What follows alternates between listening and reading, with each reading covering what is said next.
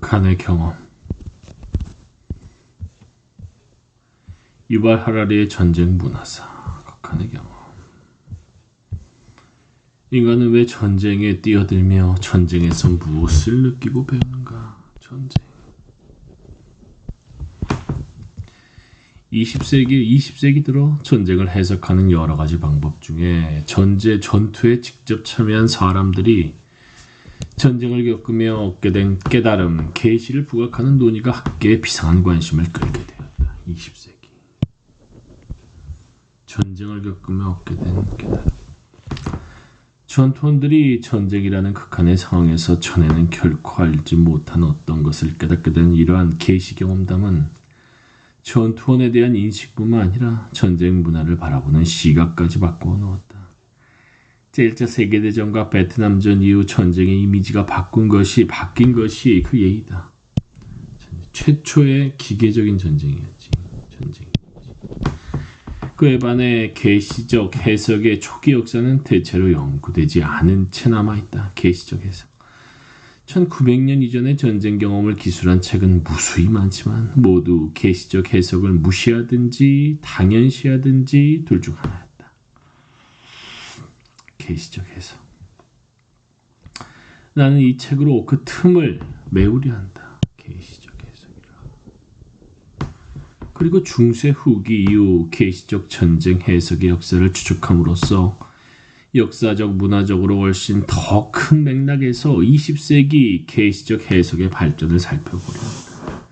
이러한 과정을 통해 근대 후기 전쟁 문화와 전쟁 이미지에 발생한 혁명을 전체적인 맥락에서 비판적으로 살펴볼 수 있길 희망한다. 이 책은 계시적 전쟁 해석의 기원을 추적하기 위해 전쟁을 문화적, 정신적 현상으로 간주하고 전쟁 문화를 더 넓은 문화적 맥락에 집어넣어 특히 서양에서 전신과 육체를 이해하는 방식, 서양의 자아이상, 서양의 권위 개념들과 전쟁 문화의 관계를 살펴본다. 전쟁에 관한 이론적, 철학적 저작과 문학적, 예술적 표현도 일부 참고하고 있지만 내가 집중적으로 살펴본 것은 주로 한 가지 유형의 전쟁담, 곧 전투원의 전쟁 회고록이다. 앞으로 설명할 텐데 전쟁 회고록이라는 장르의 운명은 계시적 전쟁 해석의 운명과 밀접하게 연결되어 있다. 지난 200년 동안 계시적 해석과 전투원의 전쟁 회고록은 서로 증명하고 도우며 함께 위상을 높였다. 계시적 해석과 전투원의 전쟁 회고록. 이 책에서 가장 중요한 논지는 1740년부터 1865년 사이에 전쟁이 계시 경험이 되었다는 것이다. 18세기 이전에는 전투원들이 결코 전쟁을 계시 경험으로 해석하지 않았다. 이 말을 이해하려면 명심해야 할 것이 있다. 계시가 단지 지식을 얻는 방법을 의미하며 종교와 근본적인 연관성이 없다는 사실이다. 지식을 얻는 방법, 계시가 지식. 1740년 이전에도 전투원들은 종종 종교 교리를 적용해 군사 사건을 이해함으로써 전쟁을 종교적 측면에서 해석했다. 전투의 패배는 신의 노여움을 증명하는 증거였고 기적적으로 죽음을 모면한 것은 신의 은총을 증명하는 증거였다. 하지만 전투원들은 결코 전쟁을 새로운 지식을 깨닫는 계시로 보지 않았다. 가령 십자군의 회고록을 보면 십자군이 계시를 받아 출정한다는 말이 자주 나온다. 하지만 장드 주앵빌처럼 회고록을 쓴 십자군은 동방의 경험이 집에 머무른 사람들, 말하자면 교황은 이해할 수 없는 새로운 지식을 안겨주었다는 네티바 벤예 후다투의 주장을 단 한 번도 하지 않았다.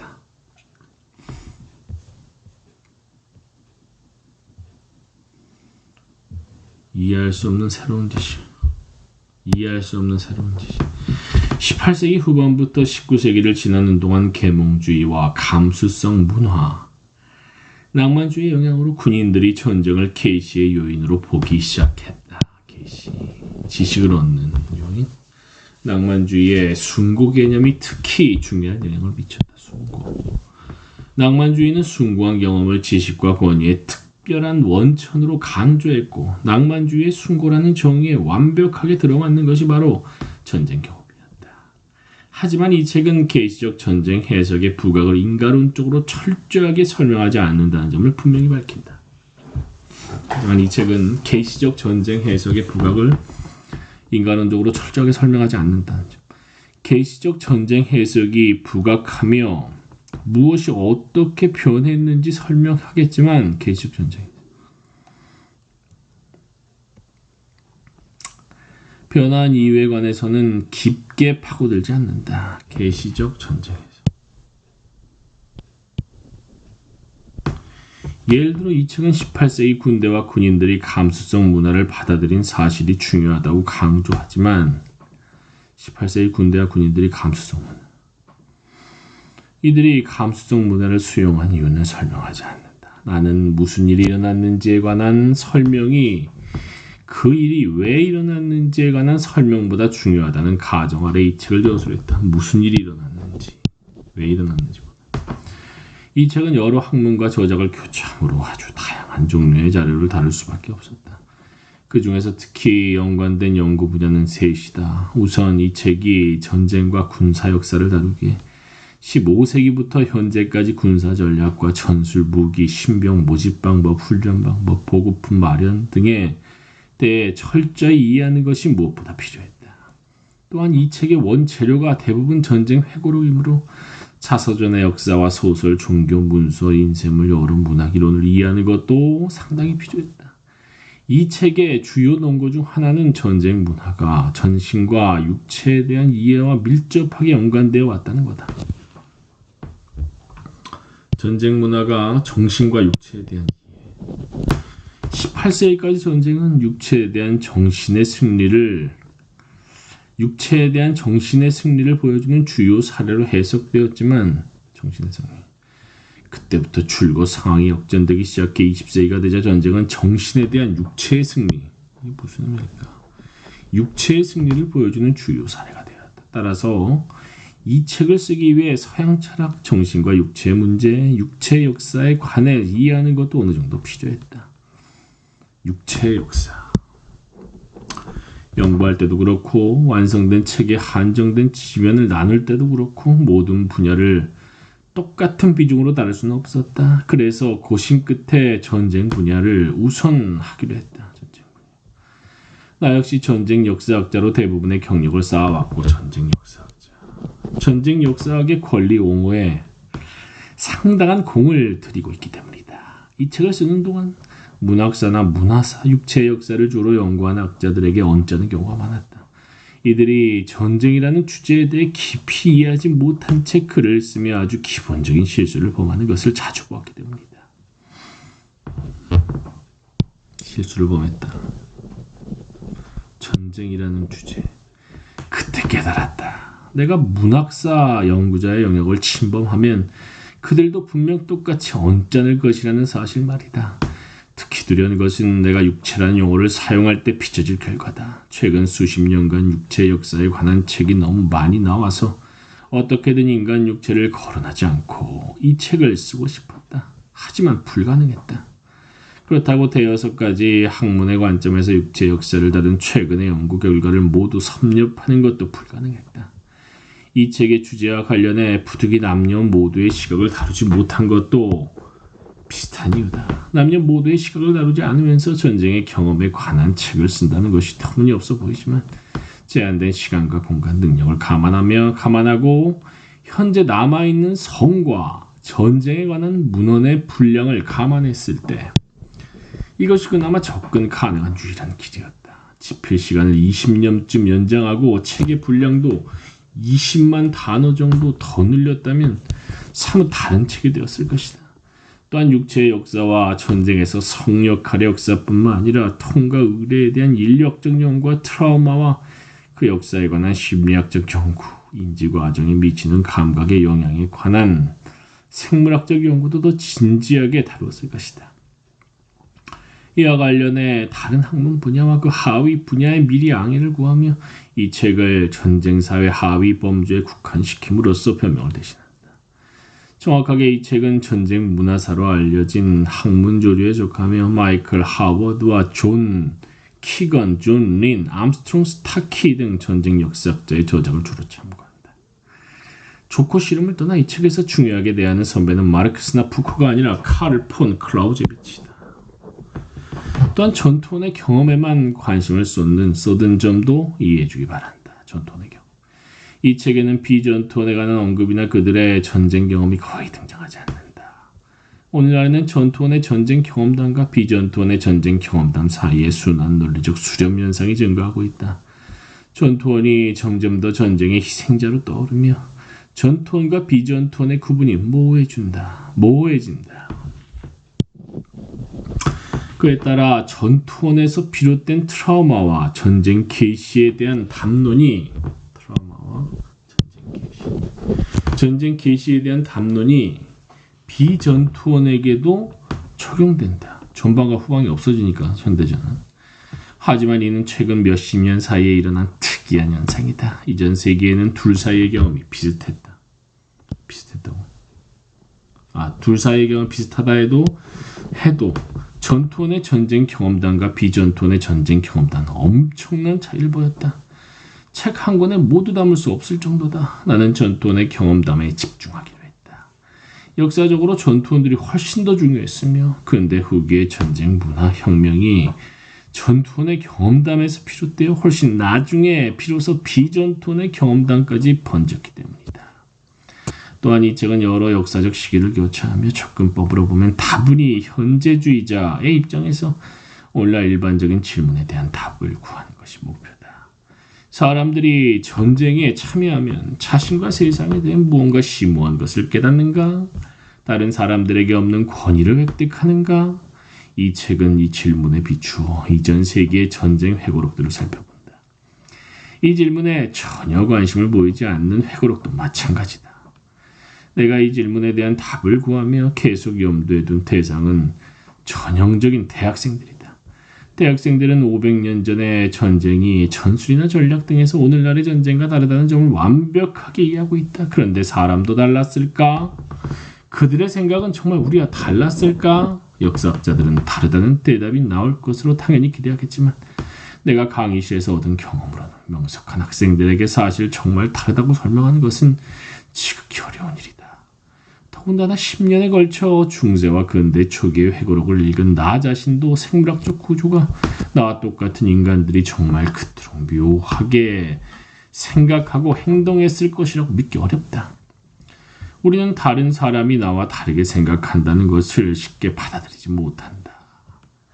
그렇기 때문에 우리 자신의 세계관에서 벗어나 깊은 의미에서 우리의 세계관이 수많은 세계관 중 하나의 가능성에 불과하다는 것을 인정해야 한다. 과거의 사람들이 세상을 우리와 철저히 다르게 보았다면 그 세상은 아마 우리가 생각하는 것과 정말 철저하게 달랐을 것이다. 우리가 자신의 세계관에서 벗어나기 쉽도록 이 책은 15세기와 21세기를 왔다 갔다 하며 계속해서 둘 사이의 거리를 보여주고 비교할 것이다. 책의 구조가 복잡한 것도 이런 이유 때문이다. 일부에서는 1865년 이후 서양에서 익숙해진 계시적 전쟁 해석을 개관했다.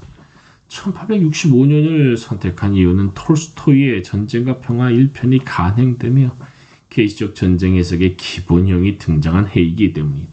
1865년. 2부에서는 시간을 뛰어넘어 근대 초기로 돌아간다. 20세기와의 극명한 대조를 통해 근대 초기 전쟁 경험담의 낯선 특징에 주의를 집중시키고 반드시 필요한 비판적 거리도 확보하기 위해서다. 이런 극명한 비교가 없다면 여러분이 근대 초기나 20세기 전쟁 경험담의 독특한 특징을 모르고 지나칠 수도 있다. 3부와 4부에서는 1740년부터 1865년까지 긴 낭만주의 시기에 계시적 전쟁 해석이 형성되는 과정을 검토함으로써 우리에게 익숙한 근대 후기 전쟁 해석을 새로운 각도로 바라보는 기회를 마련한다. 이 책의 처음부터 끝까지 독자 여러분이 필수적으로 전쟁 경험담과 비판적 거리를 확보할 수 있도록 근대 초기의 발전 과정을 논의하는 자리에서 20세기의 사례를 언급하는 경우가 자주 있을 것이다. 16세기의 전쟁 회화도 20세기 전투 사진과 비교하여 분석할 것이다. 많은 학자가 이를 가리켜 명백한 시대착오라고 비난하겠지만 서로 비슷해 보이는 근대 초기의 묘사와 근대 후기의 묘사를 나란히 세우는 목적은 둘 사이의 깊은 차이를 드러내기 위해서다. 나는 20세기 묘사의 렌즈를 통해서만 근대 초기의 전쟁 묘사를 진정으로 이해할 수 있으며 이런 시대착오 의도를 더 구체화해서 그 차이를 분명하게 보여주는 것이 최선이라고 생각한다. 더 나아가 시대착오의 위험을 무릅쓰므로써 유익한 지적 긴장을 만들어내는 것이 더 큰 보람이라고 믿는다. 이런 지적 긴장을 통해 독자 여러분이 계시적 전쟁 해석과 그 바탕에 깔린 과정을 훨씬 더 정확하게 이해하는 것이 나의 희망이다. 그래도 경험자가 낫지 경험자의 말을 들어. 우리가 일상생활에서 무언가 갈피를 잡지 못하고 결정을 하지 못할 때 흔히 듣는 조언이다. 우리가 보지 못한 것을 미리 본 사람, 우리가 겪지 못한 것을 앞서 겪은 사람의 의견과 판단에는 우리가 미처 알지 못하는 진리와 교훈이 담겨 있다는 것이다. 따라서 경험자의 발언에 권위가 실린다. 그리고 그 경험이 어려우면 어려울수록 위험하면 위험할수록 경험자의 발언에 실리는 권위는 그만큼 더 커진다. 그렇다면 우리가 가장 어려워하고 무서워하는 것이 무엇일까? 죽음.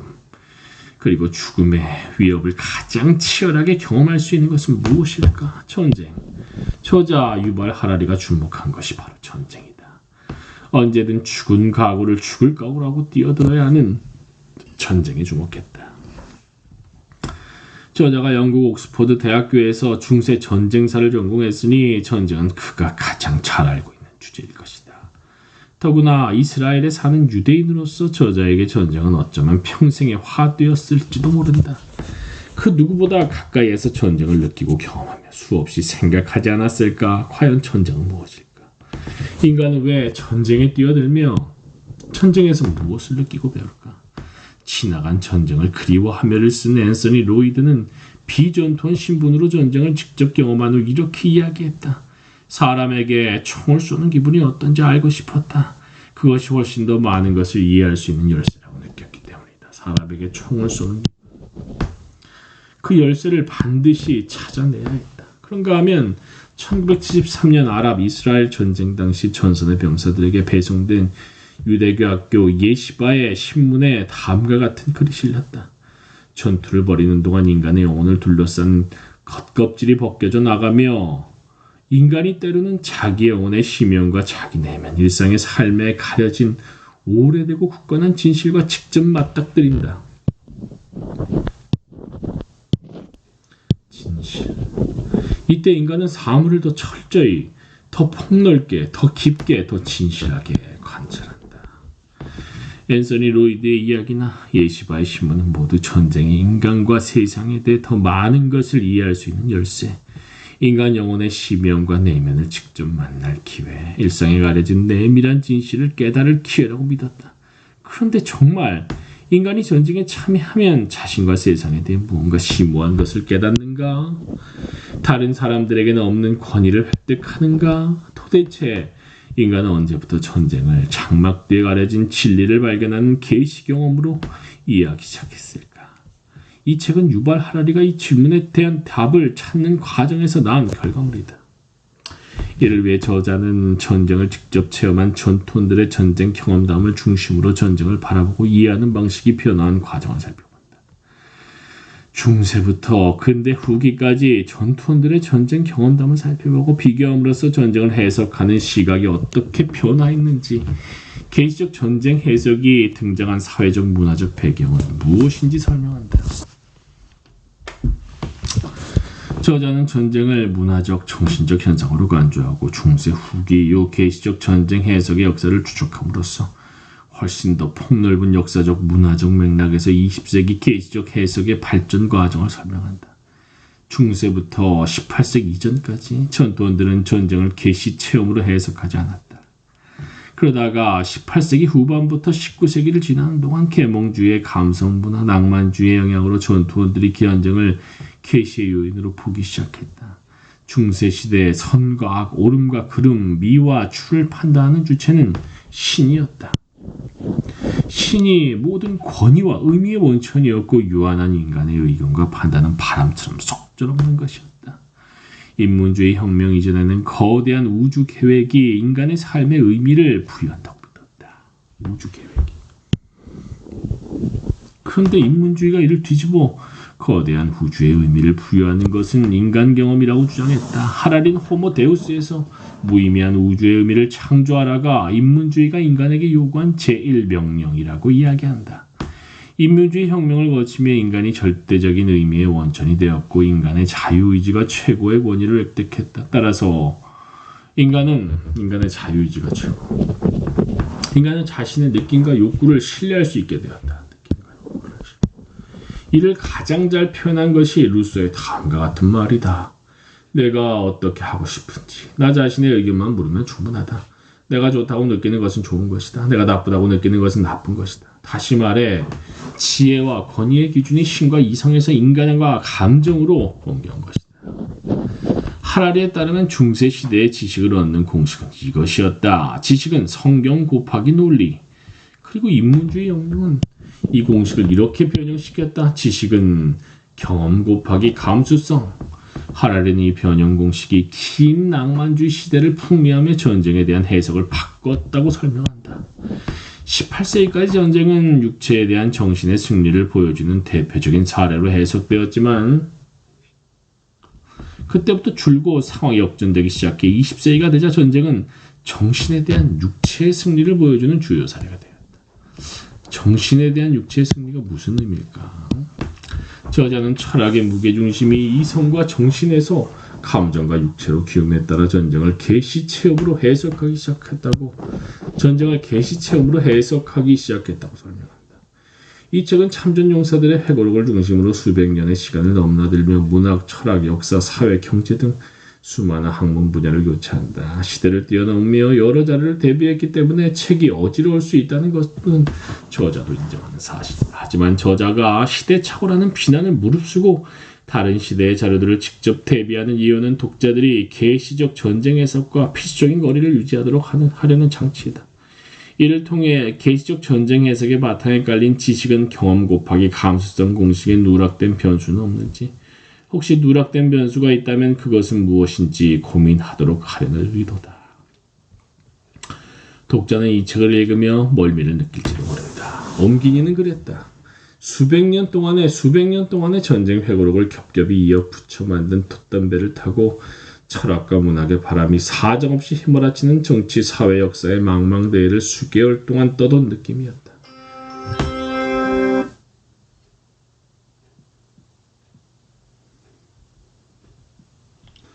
크리스토퍼 콜럼버스는 1492년 8월에 인도를 향해 출항했다. 1492 8월이었구나. 당시 사람들은 육지가 바다보다 훨씬 크다고 생각했기 때문에 콜럼버스로 아프리카를 돌아가는 것보다 대서양을 가로지르는 것이 인도에 닿는 더 빠른 항로라고 믿었다.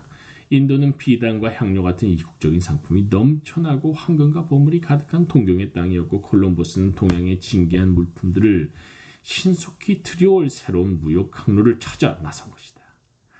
몇 달간 망망대해를 항해한 끝엔 무태에 닿았고 그는 그곳이 본래 항해의 목적지인 인도라고 생각했다. 하지만 그가 상륙한 무트는 인도가 아니라 아메리카 신대륙이었다. 본래 목적지에 도착하지 못했으니 콜럼버스의 항해는 실패였을까? 아무런 의미가 없는 시간 낭비였을까? 그렇지 않다. 오히려 인류와 세계를 위해 본래의 목적을 달성해 인도에 도착했을 경우보다 더 큰 영향력과 진보를 성취했다.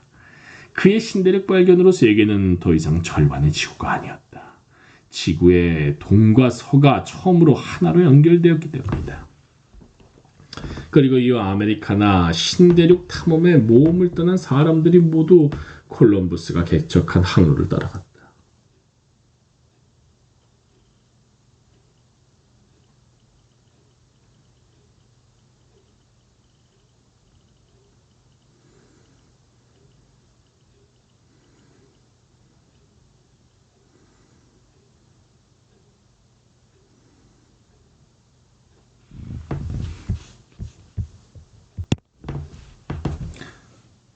하지만 그가 상륙한 무튼 인도가 아니라 아메리카 신대륙이었다. 아무런 의미가 없는 시간 낭비였을까? 영향력과 진보를 성취했다. 그의 신대륙 발견으로 세계는 더 이상 절반의 지구가 아니었다. 지구의 동과 서가 처음으로 하나로 연결되었기 때문이다. 그리고 이후 아메리카나 신대륙 탐험에 모험을 떠난 사람들이 모두 콜럼버스가 개척한 항로로 따라갔다. 우리가 대양의 모험 끝에 신대륙을 발견한다면 더할 나위 없이 기쁘겠지만 신대륙을 발견하지 못한다고 대양의 모험이 전혀 무익한 시간 낭비는 아닐 것이다.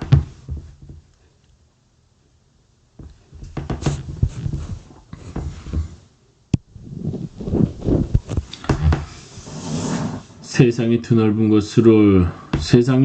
것을 몸으로 느끼고 철학과 문학의 바람이 만만치 않다는 것을 피부로 느꼈으니 말이다. 더군다나 정치, 사회, 역사의 망망대해를 건너는 것이 얼마나 힘겹고 두려운지 실감하고 그 두려움을 극복한다면 다음에 다시 모험을 떠날 용기는 생기지 않겠는가.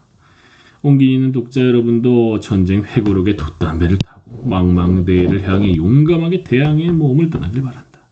그리고 그 항해의 끝에서 눈부시게 푸른 신대륙을 발견하길 기원한다. 하지만 혹시 신대륙을 발견하지 못해도 실망하지 마시라. 다시 도전할 용기와 학론을 찾았을 테니.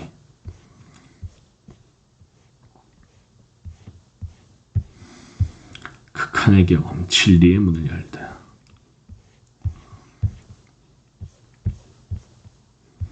전쟁을 경험하면 비로소 보이는 것들. 전쟁을 해석하는 두 개의 시선. 전쟁이 정신을 지배하다. 전쟁, 육체를 끼우다. 전쟁의 눈으로 육체의 눈으로 전쟁을 보다. 재밌을 것 같아. 전쟁을 경험하면 비로소 보이는 것들. 자아 발견. 1778년 세무엘 존슨이 이런 말을 했다. 미국 독립혁명식인데 군인이 되어보지 못한 남자는 모두 자신을 초라하게 생각한다. 소크라테스와 스웨덴의 칼 12세가 같은 중대에 있다고 가정해보자. 소크라테스는 나를 따르라 철학 강의를 듣자고 말하고 칼 12세는 검에 손을 얹으며 나를 따르라 짜르를 권자에서 몰아내자라고 할 때 남자라면 부끄러워서 소크라테스를 따르지 못할 것이다.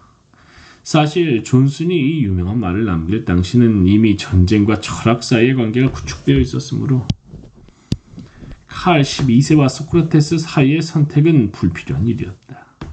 계몽주의와 낭만주의의 영향으로 서양의 전쟁 문화가 바뀌고 있었고 전장은 진리를 배울 수 있는 특별한 장소가 되어갔다.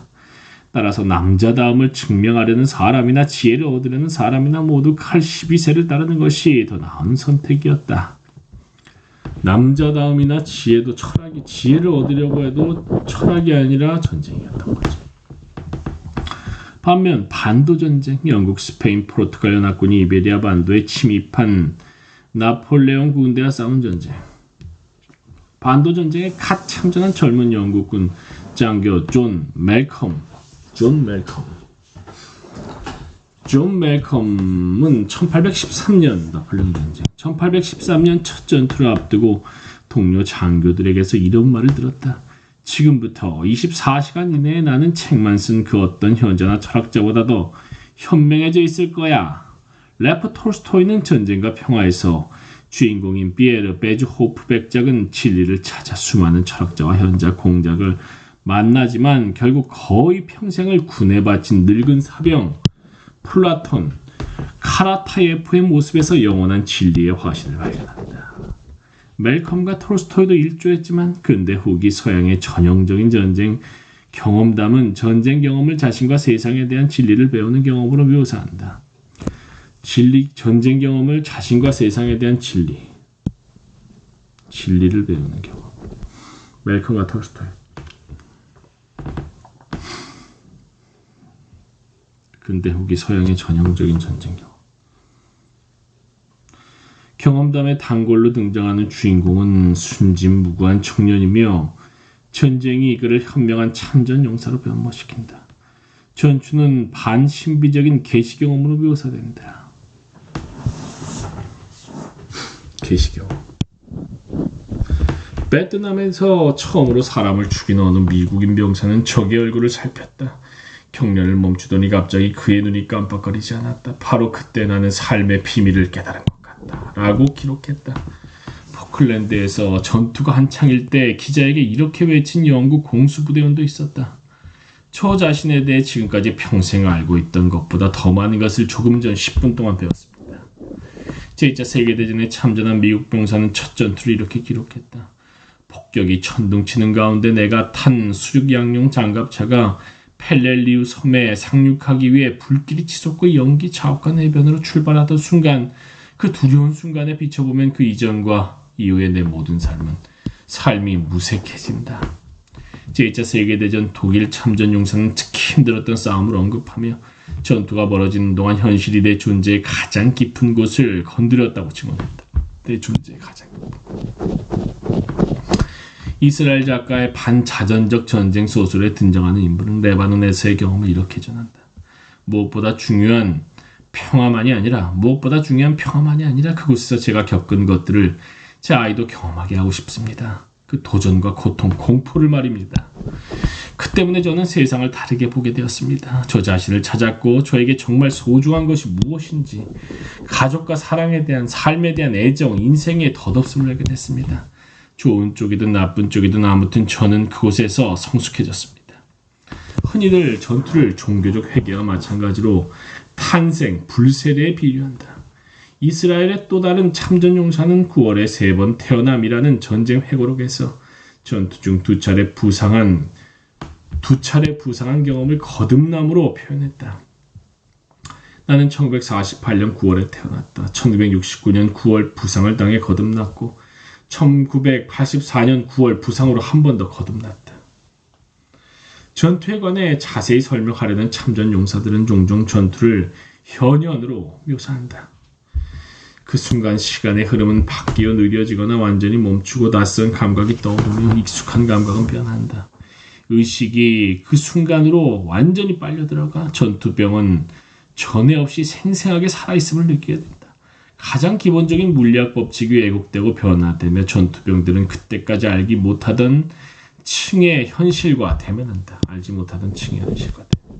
에른스트 윙거는 내적 체험으로서의 전투에서 전투를 다음과 같이 묘사했다. 내적 체험으로서의 전투. 다시 말해 황홀경이다. 전투가 황홀경이다.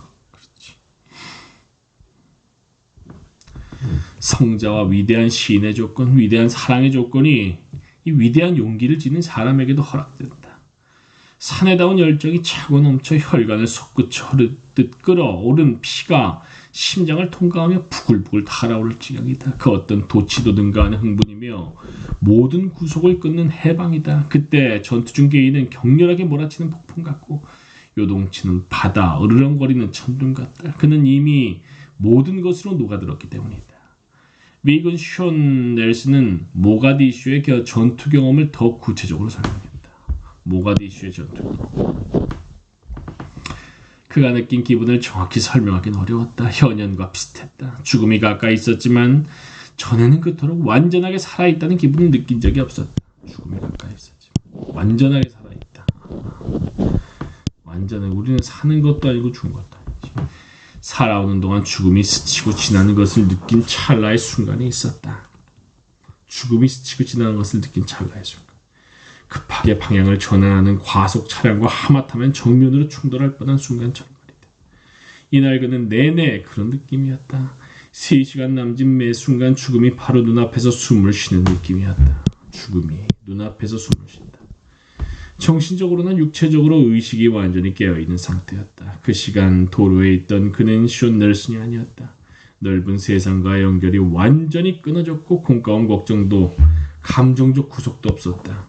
공과운 걱정도 아무것도 없었다. 그는 그저 10억 분의 1초 단위로 매 순간 살아내는 인간이었다. 마지막에 될지도 모른다는 사실을 절감하며 한숨 한숨 들이쉬는 인간이었다. 그는 자신이 이전과 완전히 다른 사람이 될 것 같은 느낌이 들었다. 현현의 순간에 전투병에게 드러나는 진실이 무엇인지, 실제 참전 용사가 전쟁에서 배우는 것이 무엇인지는 사람마다 크게 다르다. 하지만 전쟁이 남자다운 영웅심과 애국심 전우회라는 긍정적인 진실을 밝혀주었다는 것이 많은 참전 용사의 증언이다. 이런 것들은 무감각할 정도로 단조로운 평시에는 모호하게 숨어있던 것들이다. 그렇지? 단조로운 평시에는 모호하게 숨어있는 것들.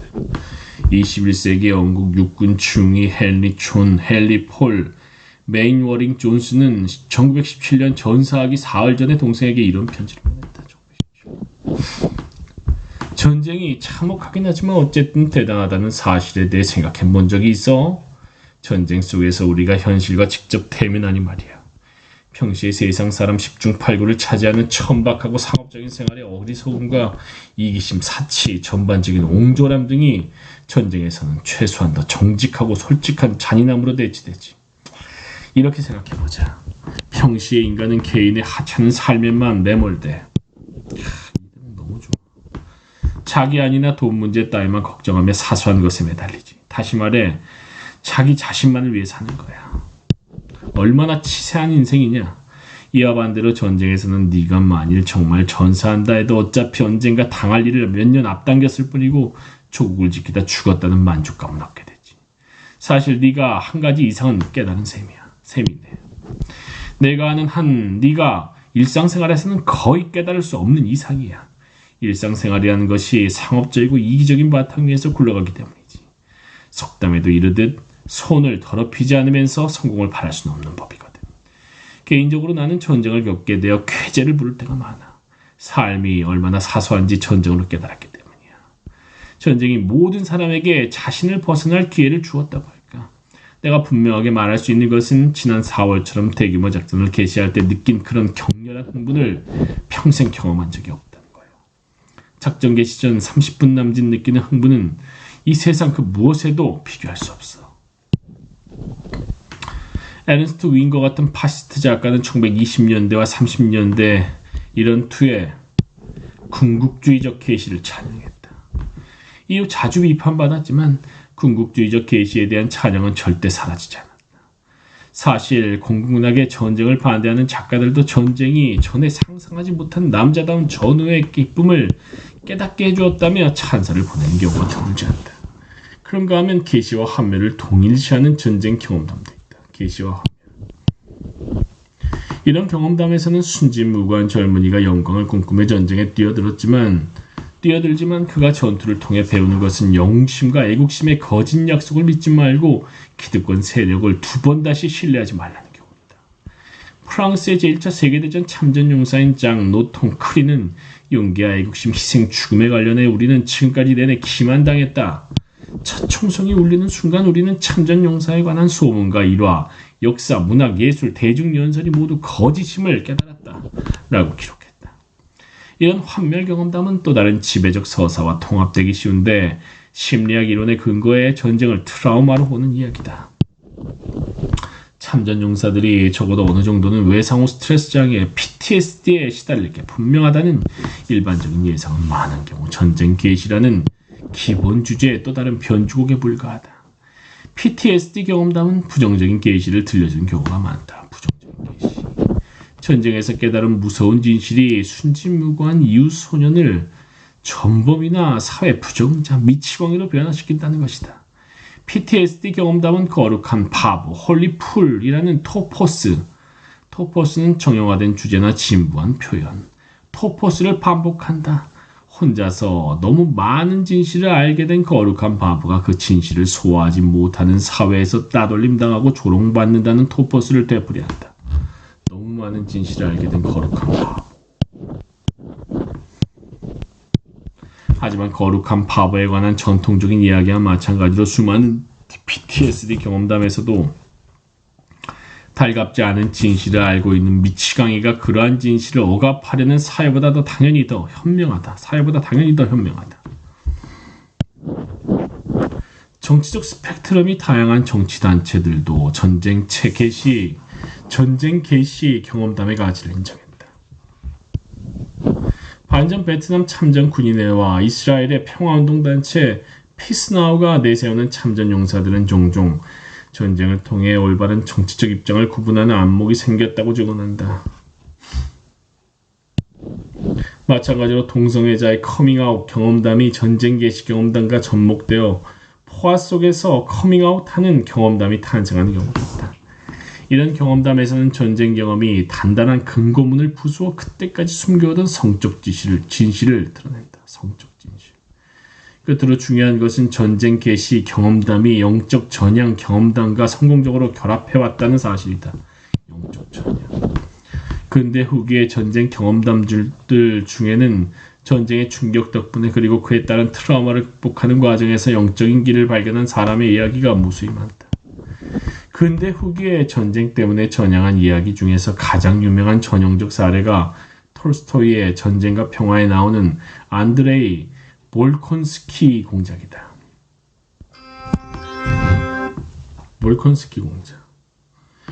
나폴레옹을 귀감으로 삼는 안드레이는 자기 힘으로 세속적인 성공과 명예를 거머쥐겠다는 열망에 불타 아우스트리츠 전장에 도착한다. 하지만 그는 심각한 부상을 입게 된다. 그가 전장에 쓰러져 있을 때 그 곁을 지나던 나폴레옹이 부상한 러시아 장교 안드레이를 가리키며 칭송한다. 이 얼마나 훌륭한 죽음인가. 하지만 그 말을 듣는 안드레이는 이렇게 생각한다.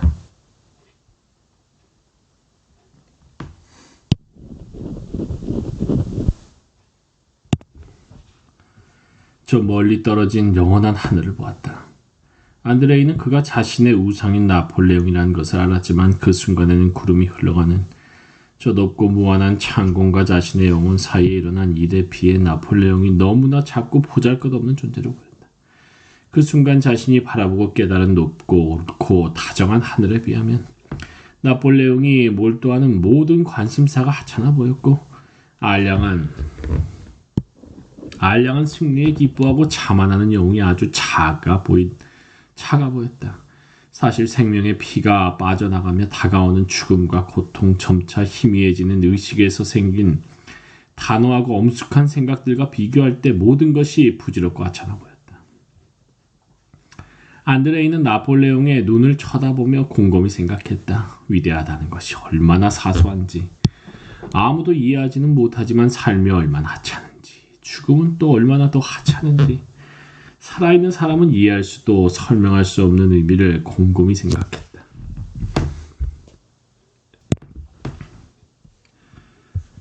안드레이는 완전히 다른 사람이 되어 아우스터리츠를 떠났다. 지금까지 전쟁이 진실의 계시와 아주 공고하게 연결되어 흔히 일반적으로 평시나 평화는 환상과 전시나 전쟁은 현실이나 진실과 연결한다. 이런 연결은 반전주의로 기운 현대 서양에서 궁극주의 무기고에 남아있는 가장 강력한 무기다. 카산드라, 사람들의 믿음을 얻지 못하면서 불길한 일을 예언하는 사람. 카산드라가 끊임없이 등장해서 평화가 환상의 장막으로 서양의 눈을 가리고 있으므로 서양은 지극히 거칠고 고통스럽게 눈을 뜰 것이라고 경고한다. 마크 보우드는 이런 접근 방식을 미국의 소말리아 개입과 관련해 요약 설명한다. 전쟁은 추하고 악했다. 분명한 사실이다.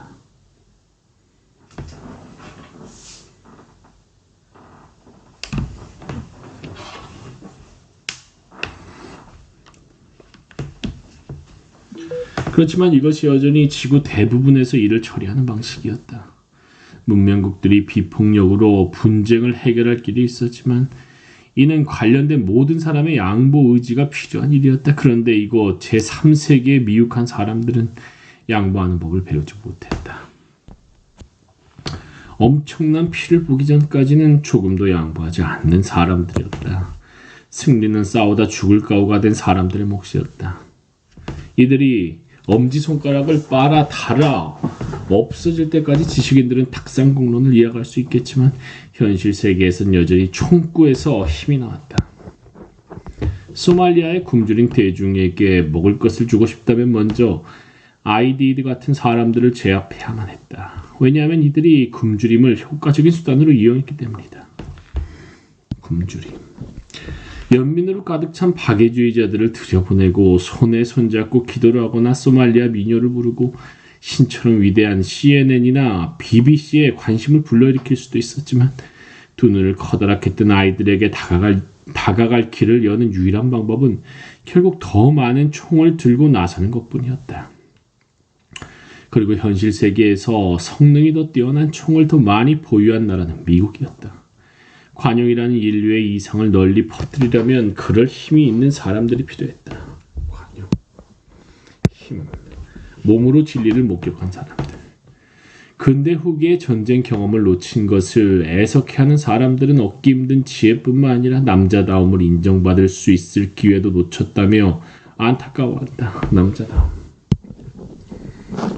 이런 전제를 바탕으로 한 최고의 책이 앤서니 로이드의 지나간 전쟁을 그리워하며 1999년이다.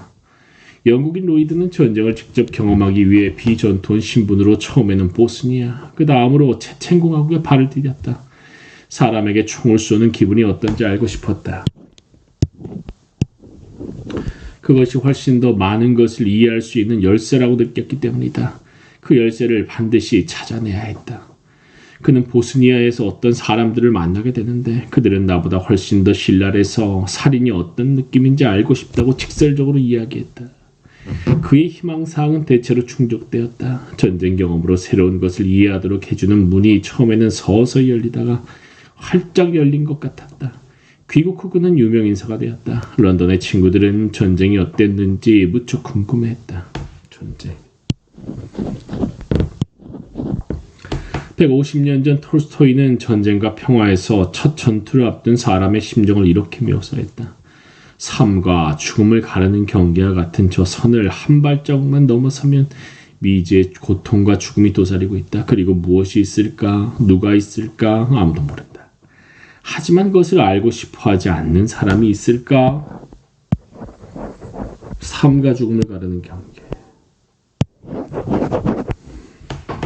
도대체 전쟁이 무엇이 진리를 계시한다는 것일까? 대부분의 참전 용사는 전쟁의 극한 육체적 상황을 꼽는다. 극한 육체적 상황. 배고픔과 추위, 탈진, 부상, 눈앞의 죽음, 그리고 때로는 살인의 전율과 아드레날린이 솟구치는 전투의 흥분 등을 꼽는다. 참전 용사들은 논리적으로 사고하는 합리주의의 권위와 눈으로 목격하는 객관적인 과학의 권위를 포기하고 몸으로 목격한 본능적 권위를 주장한다. 이들은 사상가도 아니며 단순한 목격자도 아니다. 차라리 이들은 몸으로 지혜를 배운 남자들 혹은 가끔 여자들이다. 근대 후기 참전 용사들은 몸으로 목격한 사람의 권위를 세우기 위해 우선 대중의 머릿속에 몸으로 목격한다는 개념을 심어야 했다. 몸으로 목격한다. 이들은 극한의 전쟁 경험을 설명하며 두 가지 기본적인 상용구를 반복해서 사용함으로써 이 문제를 해결했다. 설명할 수 없다와 그곳에 가보지 않은 사람은 이해할 수 없다는 말이었다. 설명할 수 없다, 그곳에 가보지 않은 사람들은 이해할 수 없다. 너무 막강한 말이지. 눈으로 목격하는 것이나 과학적 관찰과 몸으로 목격하는 것을 근본적으로 구분하는 것이 이 상용구들이다. 이 상용구들. 눈으로 목격하고 과학적으로 관찰하여 얻은 지식은 사실에 기초함으로 다른 사람들에게 전달하기가 쉽다. 과학자라면 자기가 시행한 실험을 설명할 수 없다거나 다른 사람들은 그 실험을 감히 이해할 엄두도 내지 못한다는 말을 절대 하지 않을 것이다. 실험을 설명할 수 없다거나 다른 사람들은 그 실험을 감히 이해할 엄두도 내지 못한다는 말. 자기가 시행한 실험을 설명할 수 없다거나 그 실험을 감히 이해할 엄두. 다른 과학자들이 나중에 같은 실험을 되풀이하지 않고도 결과를 신뢰할 수 있는 방식으로 전달 가능한 실험을 수행하는 것이 베이컨주의 과학의 핵심이다. 사법 체계에서는 목격자가 권위를 내세움으로써 오히려 자기 권위를 실추시키는 경우가 종종 있다. 목격자가 권위를 내세움으로써 권위를 실추시킨다. 이게 뭔 말이지? 목격자는 자기가 눈으로 본 내용을 다른 사람들에게 전달하면 그만이다. 목격자의 증언을 들은 사람들도 그가 아는 만큼 알게 되었기 때문이다.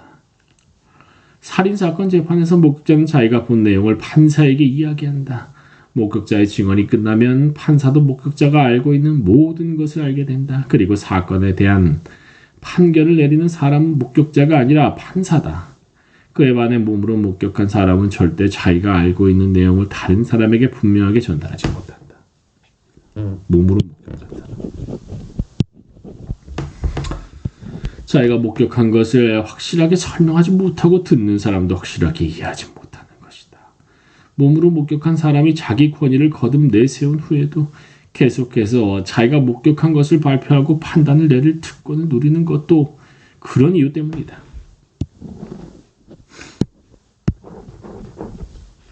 오늘날에는 많은 사람이 전쟁을 직접 몸으로 목격하지 않고 텔레비전 생방송을 통해 눈으로 목격함으로 눈으로 목격한 것과 몸으로 목격한 것을 구분하는 것이 한층 더 중요하다. 눈으로 목격한 것과 몸으로 목격한 것. 글이 아주 그냥 사람을 빨아들이는구만.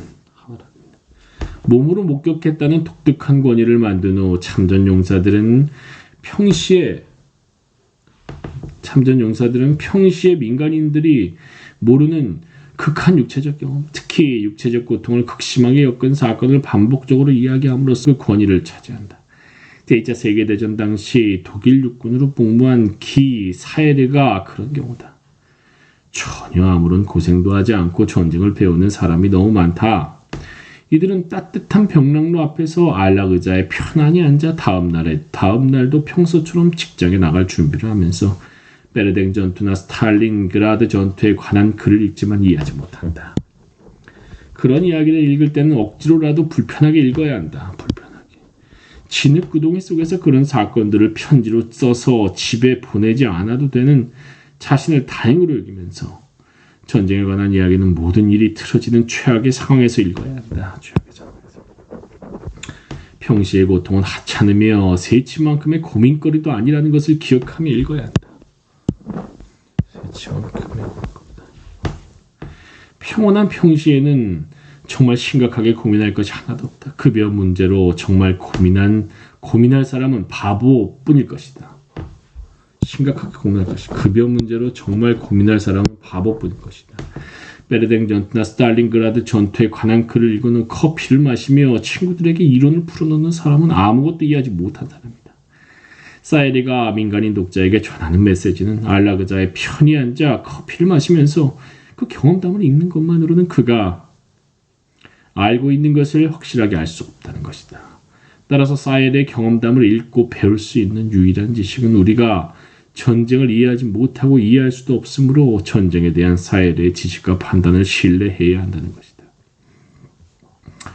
네티바 베니엔 후다의 글도 대체로 비슷한 맥락이다. 그녀는 시오니즘을 체계화한 정치인과 철학자를 겨냥해 이스라엘 독립전쟁 당시의 경험을 들려준다.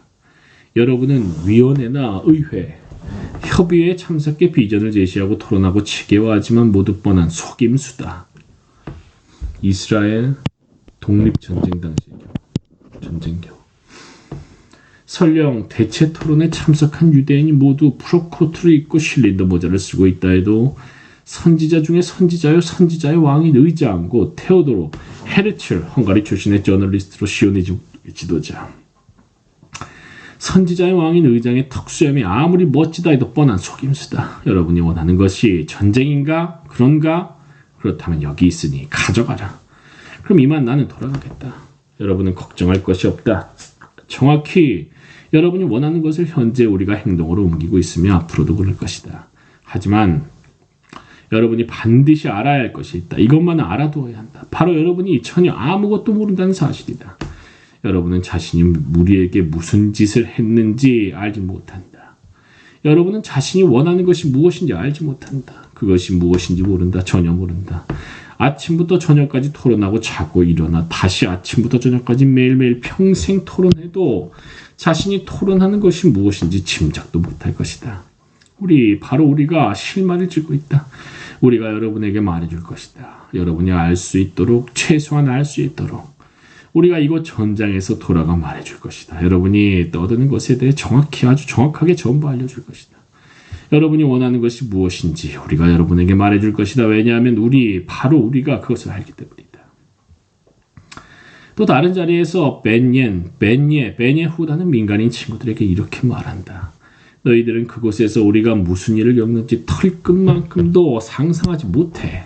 아무것도 이해하지 못해. 이야기만 듣고 신문기사만 읽어서는 아무것도 이해할 수 없어. 너희들이 직접 그 안에 들어가야 비로소 이해할 수 있어. 군국주의 참전 용사들의 주장도 정확히 같은 맥락이다. 맨 예후다처럼 아돌프 히틀러도 나의 투쟁에서 큰 소리만 치고 전쟁터에는 다른 사람을 내보내는 정치인들을 가차없이 비난했다. 그는 제1차 세계대전의 경험을 이렇게 기록했다. 내적인 권리도 없으면서 만세를 부르는 것은 거의 죄악이라는 생각이 자주 들었다. 모든 경쟁이 끝나고 운명의 여신이 얼마나 신념이 진실하고 확고한지에 따라 민족과 남자를 준엄한 손길로 저울질하는 자리에서 자격을 인정받은 사람 외에는 그 누구도 만세라는 단어를 사용할 권리가 없기 때문이다. 에른스트 윙거는 극단적인 독일 애국자이지만 1914년에 자신과 동지들이 참전한 일을 비꼰다. 에른스트 윙거 1870년에 독일 이성을 추진하기 위해서였다.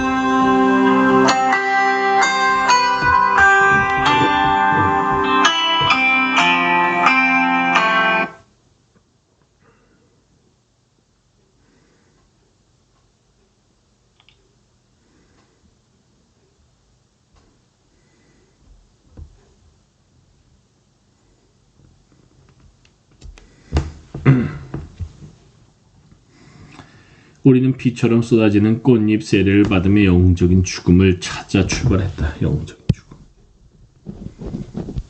전쟁은 위대함과 힘, 영광을 추구하는 우리의 꿈이었다. 전쟁은 남자의 임무였으며 들판의 꽃잎들을 피로 적실 결투였다. 세상에 이보다 훌륭한 죽음은 없다. 석회질이 풍부한 쌍판 위의 옥토를 진군하며 우리의 열정이 식어갔다. 배낭과 탄약, 소총이 납덩어리처럼 무겁게 우리를 짓눌렀다. 곧이어 첫 번째 폭격을 목격하고 처음으로 사상자들이 나오기 시작하며 이들의 환멸도 깊어졌다. 피를 뒤집어 쓰고 사지를 늘어뜨린 채 이미 죽음이 목을 조여하는 듯 쉰 목소리로 살려달라 외치는 형체를 바라볼 때 비현실적인 느낌이 나를 억제한다. 그렇다면 이 모든 것의 정체는 무엇일까? 전쟁이 발톱을 드러내고 유쾌한 가면을 뜯어냈다. 전우들과 이야기를 나누며 나는 이 사건으로 그들의 군인다운 열정이 다소 꺾였음을 알 수 있었다. 이 사건은 내게도 영향을 미쳤다. 납덩어리처럼 무거운 장비를 짊어지고 고단한 행군을 이어가며 육체적 고통을 견디던 그들은 애국적 환상이라는 마음의 짐을 내려놓았고 너덜너덜 찢긴 시체를 보자 그나마 남아있던 환상도 완전히 사라졌다. 이처럼 정치 스펙트럼 전반에 걸쳐 참전 용사들은 지식인들의 탁상공론을 비난하고 자신을 스스로 몸으로 목격한 사람으로 묘사하며 가혹한 육체적 상황만이 평시에 뒤섞인 정신적 쭉정이와 미를 가려내 진정 믿을 만한 진실을 끌어낸다고 강조한다. 가혹하다. 정신적 쭉정이와 미를 가려낸다. 지식인들은 이 진실을 되새기며 논평을 달고 그에 관한 이론을 고안하고 반박할 논거를 구상할 것이다. 하지만 모두 착각이라는 것이다. 지식인들은 자신이 말하는 것이 무엇인지 모르기 때문이다. 사실 이런 식으로 주장하는 참전 용사들은 종교 선지자들이 누대에 걸쳐 이용하고 흔적을 남기며 잘 다져놓은 길을 따라걷고 있다.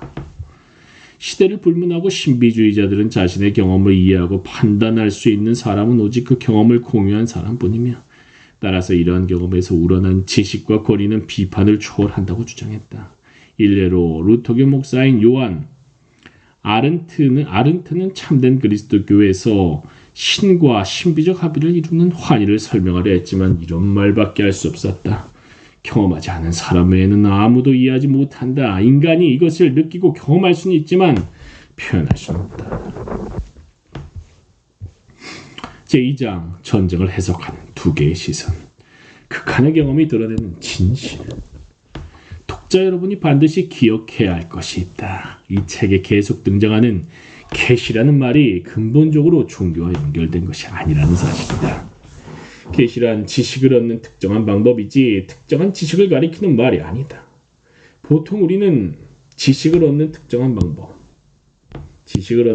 방법이지 특정한 지식이 아니라는 거야. 보통 우리는 탐구와 관찰, 연구, 분석이라는 통제된 과정을 거쳐 새로운 종교적, 역사적, 과학적, 개인적 지식을 얻는다. 이에 반해 개인의 의지와 상관없이 어떤 외부의 힘이 새로운 지식을 우리에게 떠안길 때 우리는 계시받았다고 말한다. 계시로 얻은 지식은 그 어떤 통제된 방법으로는 얻을 수 없는 것이 대부분이다. 계시로 얻은 지식. 통제된 방법으로는 얻을 수 없는 것.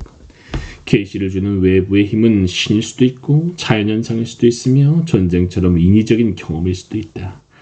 계시의 내용 또한 종교적일 수도 있으며 정치적이거나 예술적, 심리적 내용일 수도 있다.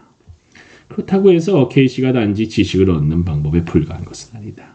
지식을 얻는 다른 모든 방법이 그렇듯 계시는 권위의 토대가 되기도 한다. 중세와 근대 초기의 종교적 계시 경험은 아주 중요한 권위의 원천이었다. 사회적 영향력을 박탈당한 사람들에게 특히 중요했다. 가령 프랑스의 시골 처녀 잔다르크는 중세의 신분 피라미드에서 맨 밑바닥에 있었지만 오직 종교적 계시를 통해 군사적 정치적 지도자를 꿈꿀 수 있었다. 근대 후기 일반 사병들도 이와 비슷하게 전쟁 개시 경험을 강조하며 기득권 세력에 도전하고 정치적 권위를 확보하고자 했다. 히틀러부터 반전 베트남 참전 군인에 이르기까지 모든 일반 사병이 전쟁이라는 극한의 경험을 통해 전장에서 계시받은 진실을 근거로 정치적 권력을 행사할 자격과 의무를 주장했다. 또한 그 진실이 전하는 메시지가 오직 참전 용사만을 위한 것이 아니라 인류 전체를 위한 것이므로 종교 선지자처럼 메시지를 전파하는 것이 참전 용사들의 신성한 사명이라고 주장했다. 전쟁 경험이 없는 시민이 타임지에 기고한 글을 보면 이런 논리에서 얻게 되는 정치적 이익이 무엇인지 알 수 있다. 팔루자 전투 당시 부상을 당해 비무장 상태로 모스크에 숨어있던 이라크 군인을 미 해병이 사살한 사건이 있다. 사건이 보도되자 존 라일리라는 시민이 이런 기고문을 보냈다. 나는 그 해병에게 전혀 악감정이었다. 폭탄을 실은 차가 폭발하고 길에서 로켓탄이 발사되고 시트에 부비 트랩을 설치하고 친구처럼 대하던 이라크 시민이 다음날 총을 등 이라크에서 그 해병과 동료들은 내가 상상조차 할 수 없는 일들을 겪었기 때문이다. 알라 의자에 앉아 모스크 사건을 비난하는 장군들에게 난 이렇게 말하고 싶다. 총을 들고 몇 주 동안만 그 해병의 삶을 살아보라. 그리고 당신이 어떻게 반응하는지 보라. 터키 총리 레제프 타이프 에르도안 총리를 거쳐 2014년 대통령이 당선. 에르도안도 같은 생각이다. 2006년 4월 터키 보안군이 쿠르드 시위대에게 발포해 민간인 16명을 사살했을 때 유럽연합 의회가 이를 신랄하게 비난하는 문서를 터키 정부에 보냈다. 에르도안은 발끈했다. 이따위 문서를 쓰는 사람들은 먼저 와서 보안군이 무슨 일을 겪고 있는지 경험해야 한다. 그런데 극한 육체적 상황이 드러내는 진실은 정확히 무엇일까? 무거운 배낭을 메고 걷다가 시체를 보는 것이 도대체 어떻게 애국적 이상을 떨쳐내거나 새로운 전후의 진리를 세울 수 있을까? 일레인 스케리가 고통받는 몸에서 이 문제를 아주 훌륭하게 설명했다. 고통받는 몸. 스케리는 참전용사도 아니고 참전용사들의 전쟁 경험담을 직접 인용하지도 않았지만 참전용사들을 전에 없이 투명하고 깊이 있게 다룬 그녀의 책은 참전용사들의 주장과 대체로 유사하다. 전쟁의 환희는 자체하고 육체적 고통이 정신의 내용물을 왜곡하고 결국 완전히 없앤다는 것이 스케리의 기본 통찰이다. 고문을 분석하는 부분에서 스케리는 인간이 극심한 고통을 당하면 한 사람의 자아와 세계를 구성하고 언어를 만들고 결국 언어에 의해 기능하는 심리적, 정신적 내용 모두 말 그대로 생각과 느낌으로 창조된 모든 세계가 소멸한다고 기록했다. 곧 고통이 다윈의 진화론을 대신해 현실을 시험하는 것이다. 고통이. 편안한 상태에 있을 때 인간의 정신은 무수히 많은 사상과 관념, 환상을 만들고 이 정신적 창조물을 현실이라고 생각하며 애착을 느낄 수 있다. 인간은 편안하게 지내는 한 정신이 창조한 환상과 현실을 구분하지 못하기 때문이다. 편안하게 지내는 한 정신이 창조한 환상과 현실을 구분하지 못한다. 하지만 고통을 당하면 비현실적이고 비본질적인 환상은 정신에서 사라지고 결국 현실적이고 본질적인 것만 남게 된다. 스케리는 같은 논리를 적용해 전쟁을 집단 현상으로 분석한다. 그녀는 전쟁이 발발하기 전 양측이 각각 많은 관념과 환상을 포함한 집단 정체성을 만들어내고 이런 관념과 환상들이 처음에 전쟁을 일으킨다고 주장한다. 그리고 최소한 어느 한쪽은 전쟁을 수행하며 전쟁에 수반되는 고통 때문에 지각 반전을 겪게 되고 그 지각 반전 속에서 과거의 국가 정체성의 필수적인 본질로 자각했던 요구나 사안 혹은 요소들이 점점 불필요하거나 대체 가능한 것으로 보이기 시작한다. 그렇다고 해서 우려한 것처럼 국가 정체성이 상사되거나 해체되거나 회복 불가능하게 손상되는 것으로 보이지도 않을 것이라고 주장합니다. 예를 들어 독일인은 2차례나 끔찍한 세계대전을 겪으면서 알자스 로렌 지방 점유가 독일 정체성에 반드시 필요한 것은 아니라고 확신하게 되었다. 한편 교전자들에게 영향을 주는 다른 이상이 전쟁을 통해 훨씬 더 큰 힘을 얻는다. 교전자들에게 영향을 주는 다른 이상이 훨씬 더 현실의 시험을 통과하며 최악의 상황에서도 현실적이고 가치 있다고 증명된 이상이기 때문이다. 증명된 이상. 다른 이상이 전쟁의 시험을 거쳐 살아남으리라는 것을 지적인 묵상으로 예견하지 못하는 이유는 바로 이 지적 묵상에 문제가 있기 때문이다. 벤 예후다와 히틀러 같은 인물들이 전쟁에서 시험해야 할 이상을 만들어내는 사람이 프로코트를 입고 협의에 앉아있는 지적 선지자들이기 때문이다.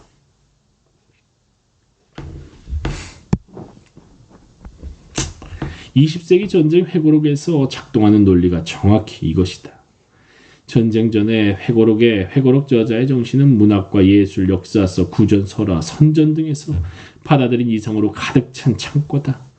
전우애와 애국심이 인류애 같은 이상이 가득하다. 그는 전쟁 전에는 그 중에서 어느 것이 현실에 충실한 이상인지 어느 것이 근거 없는 환상인지 구분하지 못한다.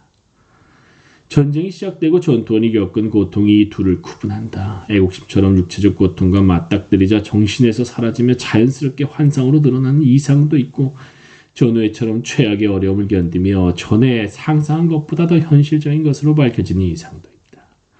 여기서 한 가지 짚고 넘어갈 것이 있다. 스케리와 달리 참전 용사들은 가끔 비할 데 없는 고통뿐 아니라 견줄 데 없는 환희도 극한 육체적 경험에 포함한다는 사실이다. 비할 데 없는 고통뿐 아니라 견줄 데 없는 환희. 가령 필립 하프톤은 베트남 정글에서 소대를 지휘하며 경험한 소규모 접전을 이렇게 전한다.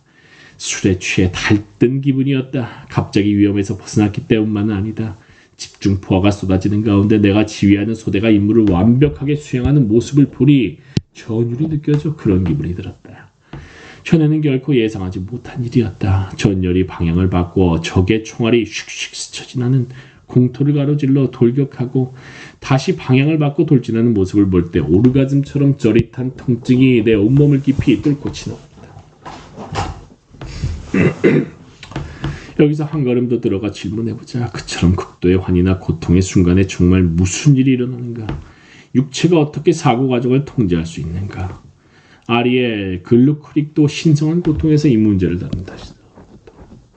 그는 이 질문에 대해 생물학적인 답변을 시도하며 고통이 끌어내는 의식상태, 인지적 감정적 변화가 개별 주체의 정체성에 영향을 미치고 더 큰 공동체 혹은 더 근본적인 존재 상태에 대한 개별 주체의 소속감에 영향을 미치는 과정을 보여준다. 그는 유기체가 구심성으로 주변에서 중심으로 움직이는 입력 신호들의 공세를 받으면 모든 정신현상이 최소화되는 결과를 일으킬 수 있다고 주장한다. 예를 들어 이런 것이다. 주변에서 중심으로 움직이는 입력 신호들의 공세, 모든 정신현상이 최소화되는 결과. 예를 들어 이런 것이다.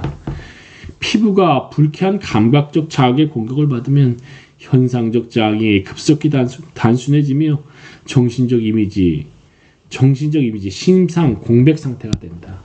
사실상 단순한 체화로 축소된다. 모든 감각 양상에서 입력 신호의 충격이 과도하면 사실상 출력 신호 차단 상태가 만들어지며 기수면 상태나 심리적 붕괴 같은 해리 상태에 빠진다. 또 다른 곳에서 글루크릭은 이렇게 말한다. 신체의 고통 형태의 자극을 더 많이 주면 줄수록 중추신경계는 자아감에 필요한 신호를 조절하는 영역에서 점점 더 적은 출력 신호를 만들어낸다. 변조된 고통이 개인의 개별적인 주체라는 느낌을 약화시키는 것이다. 다시 말해 변조된 고통이 신체자를 투명하게 만들어 새로운 정체성이 출현할 수 있도록 한다. 과연 이 생물학적 답변을 육체와 정신의 관계를 이해하는 데 적용할 수 있을지는 의심스럽다. 서양 문화에서 아주 중요한 정신적 육체 이분법이 분명히 생물학적 의미를 포함하지 않기 때문이다. 하지만 문화적 역사적 관점에서 글루 크릭의 답변은 근대 후기 서양의 전투원들이 육체의 혁명을 위해 사용한 설명과 일치한다. 근대 후기 서양 전투원들은 육체와 정신이 서로 조화를 이루지 못하고 외부 세계에 의해 그리고 서로 상대방에 의해 무력적으로 폭행당하고 공격당한다고 보는 서양의 오랜 전통을 이어받아 육체와 정신의 관계를 다음과 같이 설명하는 경향이 있다. 평상시에는 육체가 정신의 감각 데이터를 보내고 감각 데이터는 정신의 해석을 얌전히 기다린다. 정신의 해석을 얌전히. 근데 위기 상황에서는 감각 데이터가 정신의 해석을 기다려주지 않는구나. 하지만 큰 고통 혹은 큰 환희의 순간에는 이 감각 데이터가 기다리지 않는다. 감각 데이터가 정신을 압도해 정신의 내용물 일부를 강제로 지우고 그 자리에 다른 내용물을 집어넣는다. 만일 총에 맞았다는 정보를 정신에 전달하기 위해 손에서 긴급한 고통 신호가 출발했는데 정신이 신성한 내 조국을 위해 죽는 것은 영광이다 등의 생각으로 가득 차서 빈자리가 없는 것을 발견한다면 고통 신호는 억지로 틈을 파고들어 그 과정에서 애국적 환상을 밀어낸다. 회고록 저자들은 피부 밑에서 벌어지는 일을 설명할 때뿐만 아니라 정치적 성명을 발표할 때도 이런 문화적 이미지를 이용했다.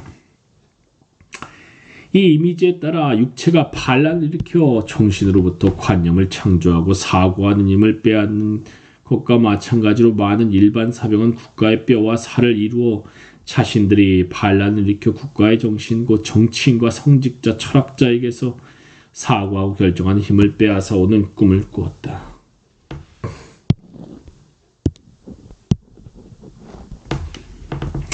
육체가 통제권을 장악해 평시에 정신을 무겁게 짓누르던 무기력을 제거하면 어떻게 될까?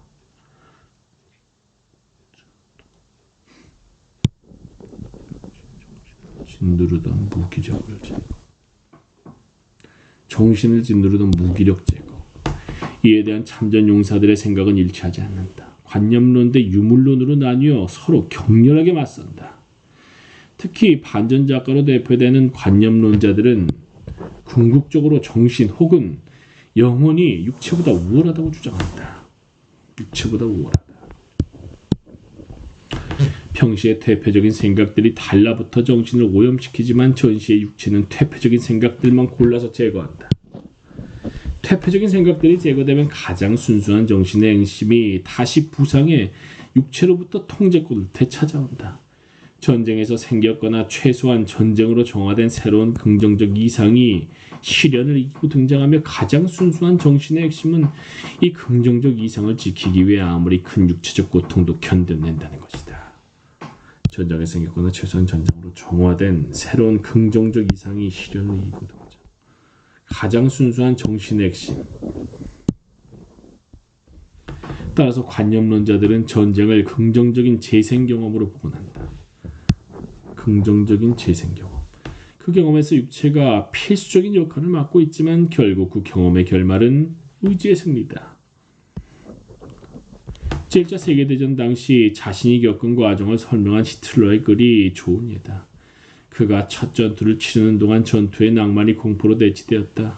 열정은 점점 식었고 넘치는 기쁨은 죽음의 공포에 압도되었다.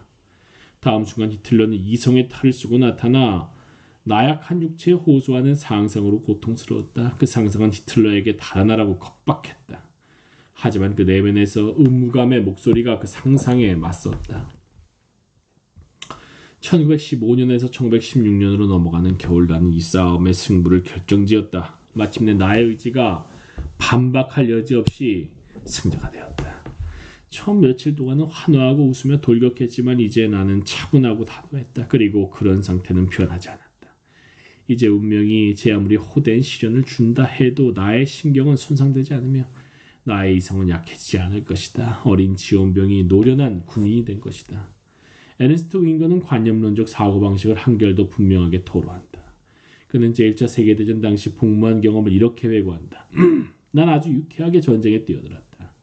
청춘의 자부심이 넘치는 축제라도 벌이는 기분이었다. 하지만 치열한 전투 현장에 들어서자 내가 지켜야 할 이상이 무엇인지 생각할 겨를이 없었다. 이제 와서 돌이켜보면 나는 죽음을 운명으로 타고난 세대로서 가장 중요한 성장기 4년을 동굴과 연기자욱한 참호, 탄피들이 반짝이는 쓰레기 더미 속에서 지냈다.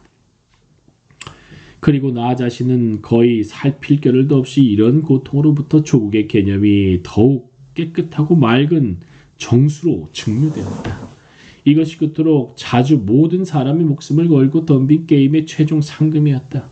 나에게 이제 국가는 상징들의 베일에 쌓인 공허한 개념이 아니다. 국가를 위해 희생한 그 많은 죽음을 목격하고 나 자신도 국가의 명예를 위해 밤이고 낮이고 어느 순간에도 한치 망설임 없이 목숨을 던지려고 단련을 받았으니 당연한 일 아닌가. 이상하게 들리겠지만 엄청난 비용을 들여 물질적 전쟁을 치른 이 4년 동안의 현장 교육을 통해 나는 배웠다.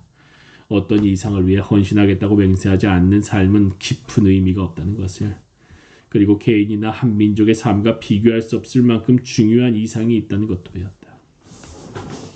비록 전체 부대의 일개 원자에 지나지 않는 내가 개인적으로 추구한 목표를 달성하지 못했고 물리적 힘이 우리를 땅바닥에 내박친 듯 보이지만 최종적으로 우리는 대의 명분을 지키고 필요한 경우에는 그에 걸맞은 남자로 죽어야 한다는 것을 배웠다. 종교적인 회고록 저자들도 이와 비슷하게 관념론적 입장을 견지한다. 1973년 아랍 이스라엘 전쟁 당시 전선의 병사들에게 배송된 유대교 학교 예시바의 신문에 다음과 같은 편지가 실렸다. 전쟁의 시간은 위기의 시간이다. 전쟁의 불길 속에서 물질 구조가 녹아내리고 사고와 행동의 방식과 방법 등 정신 구조마저 녹아내린다.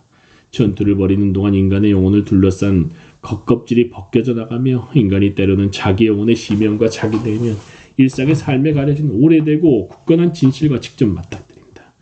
이때 인간은 사물을 더 철저하게, 더 폭넓게, 더 깊게, 더 진실하게 관찰한다.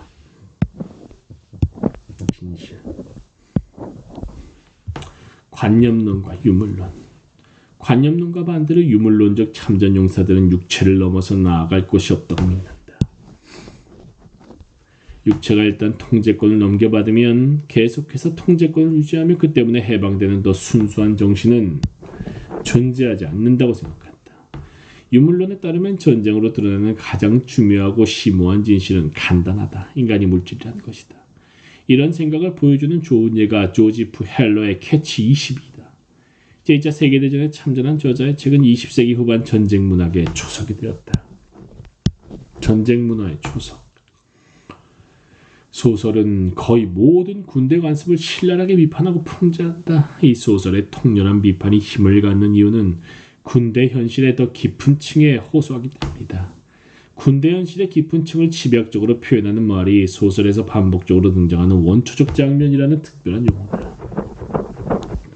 소설은 여기저기 널린 단서들을 취합하면 이 장면이 제2차 세계대전이 끝나갈 무렵 이탈리아 폭격 중에 사망한 미군 스노든의 죽음을 의미한다는 것이 분명해진다. 스노든이 죽으며 소설의 주인공 요사리안에게 털어놓은 어떤 비밀이 요사리안의 세계관을 형성한 것으로 보인다. 하지만 그 비밀이 무엇인지 비행기 안에서 정확히 무슨 일이 일어났는지 쉽게 드러나지 않는다. 소설이 끝나는 시점에 비로소 그 비밀이 밝혀지며 장면이 낱낱이 드러난다. 비행기가 독일군의 대공포를 맞은 후 요사리안은 스노든의 상처에 붕대를 감아 그의 목숨을 구하려 했다. 요사리안이 자세히 살펴보려고 허리를 숙였다. 스노든은 위아래 한 벌로 된 작업복 위에 방탄복을 입고 있었는데 방탄복 겨드랑이 바로 위쪽에서 스며 나오는 이상한 빛깔의 얼룩을 보았다. 요사리안은 심장이 멎었다가 다음 순간 아주 격렬하게 뛰는 느낌이 들었고 숨쉬기도 어려웠다. 스노든의 부상 부위는 방탄복 안쪽이었다. 요사리안은 스노든의 방탄복을 열어젖혔다. 그리고 다음 순간 자기 입에서 터져나오는 새된 비명을 들었다. 스노든의 끈적끈적한 내장 한 무더기가 바닥으로 쏟아졌고 계속해서 흘러내렸다. 7cm가 넘는 대공탄 파편이 한쪽 겨드랑이 밑을 뚫고 들어가 옆구리에 엄청난 구멍을 만들고 반대쪽으로 터져나가며 스노든의 얼룩덜룩한 내장 몇 리터를 모두 쏟아낸 것이다. 요사리아는 다시 비명을 지르며 두 손으로 눈을 세게 눌렀다. 공포에 질려 이가 딱딱 부딪혔다. 요사리아는 억지로 눈을 떴다. 정말 엄청난 양이군요. 양이군. 요사리아는 비통한 심정으로 노려봤다. 간, 폐, 콩팥, 갈비뼈, 위 등과 함께 스노든이 점심으로 먹은 토마토 스튜 찌꺼기도 뒤섞여 있었다. 요사리아는 한기를 느꼈고 몸은 걷잡을 수 없이 덜덜 떨렸다. 요사리아는 스노든이 지저분한 바닥에 쏟아낸 끔찍한 비밀을 허탈하게 내려다보며 온몸에서 소름이 돋는 기분이었다. 그의 내장에 담긴 메시지를 읽어내는 것은 어렵지 않았다. 인간은 물질이다. 이것이 스노든의 비밀이었다. 그를 창밖으로 던지면 떨어질 것이다. 불을 붙이면 타오를 것이다. 땅에 묻으면 다른 쓰레기들처럼 썩을 것이다. 혼이 빠져나가면 인간은 쓰레기다. 스노든의 비밀이 바로 이것이었다. 쾌치 22의 바탕을 이루며 전쟁으로 드러나는 비밀은 인간이 물질이라는 것이다. 단지 스노든의 육체뿐만 아니라 스노든 자체가 찢을 수 있고 부피를 측정할 수 있고 쏟아내고 바닥에 펼칠 수 있는 사물이라는 것이다. 너무 물질적이어서 어디까지 토마토 스튜이고 어디서부터 스노든인지 구분할 수도 없다.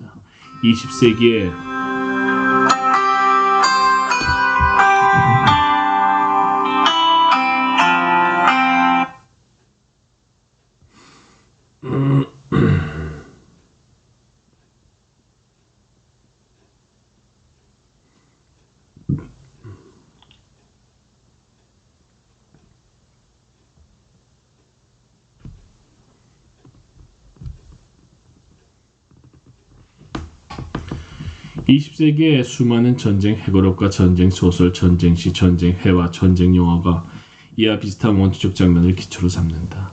작가는 죽음과 부상 장면을 외설스러울 정도로 세밀하게 거듭 묘사하며 펼쳐진 내장 속에서 전쟁과 세상의 비밀을 읽어내고 펼쳐진 내장을 보고 인간이 물질임을 배운다. 네티바 벤예후다가 묘사한 장면 중에 이런 내용이 있다. 신병 두 사람이 불발 포탄을 찾아내 기념품을 만들던 중 포탄이 터졌다. 폭발의 위력으로 신병 한 사람의 머리가 깨지며 다른 신병의 배에 박혀 두 사람 모두 사망했다. 벤예후다가 달려가 한 병사의 맥박을 짚어보려 했으나 그의 팔이 하나도 붙어있지 않는 것을 발견하고 경악했다. 두 사람의 시신은 치워졌지만 그 일로 충격을 받은 한 사람은 누구의 도움도 받지 못한 채 비명을 질렀다. 그 모든 일에 충격을 받아 흙바닥을 뒹굴며 연신 비명을 지르던 한 사람. 의사들은 그를 위해 손가락 하나도 움직이지 않았다. 누군가가 벌써 한 차례 그의 뺨을 갈겨 진정시키려 했지만 소용이 없었다. 나는 그에게 다가가 내 눈을 쳐다보도록 그의 턱을 거칠게 들어올리고 말했다. 잠깐만 참고 내 말을 들어. 그리고 아무도 듣지 못하도록 그의 귀에 대고 조용히 말했다. 뭐야? 네 눈으로 직접 죽음을 목격했어? 그렇지. 끔찍하지. 그래서 네가 울고불고 한다고 무슨 소용이 있을까? 너는 죽지 않았어. 저 사람들은 죽었어. 너는 살아있다고. 그렇지.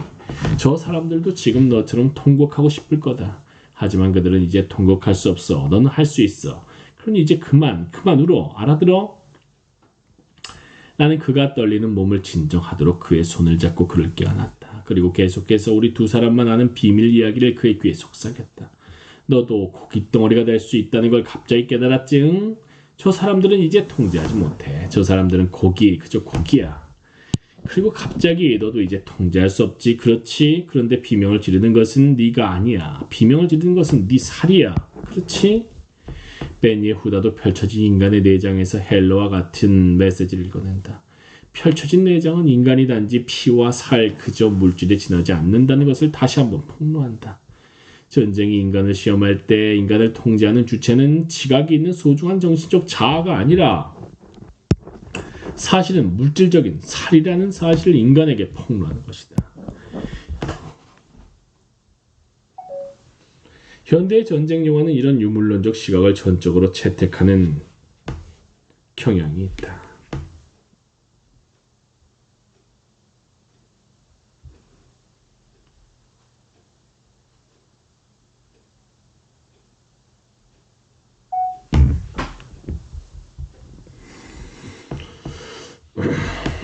부분적으로는 관념론적 시각보다 유물론적 시각이 영화로 만들기에 더 적당하다는 이유도 있다. 플래툰이나 풀메탈 재킷, 라이언 일병과학이 블랙호크 다운 같은 영화는 전쟁의 공포를 외설스러울 만큼 상세하게 보여주며 전투원에 깨지기 쉬운 육체의 물질성에 초점을 맞춘다. 라이언 일병 구하기는 첫 장면부터 총탄과 포탄이 인간의 육체를 갈기갈기 찢고 인간의 내장을 화면 가득 쏟아내 흩뿌리며 헬러와 벤 예후다가 책에서 전하는 것과 같은 메시지를 관객 스스로 발견하도록 한다. 관념론과 유물론이 전쟁에서 얻은 결론은 근본적으로 갈리지만 결론에 이르는 과정은 대부분 공유한다. 결론에 이르는 과정. 무엇보다 양쪽 모두 전쟁을 계시 경험으로 보고 육체적인 전쟁 경험을 평시의 지적 묵상보다 우월하게 평가하며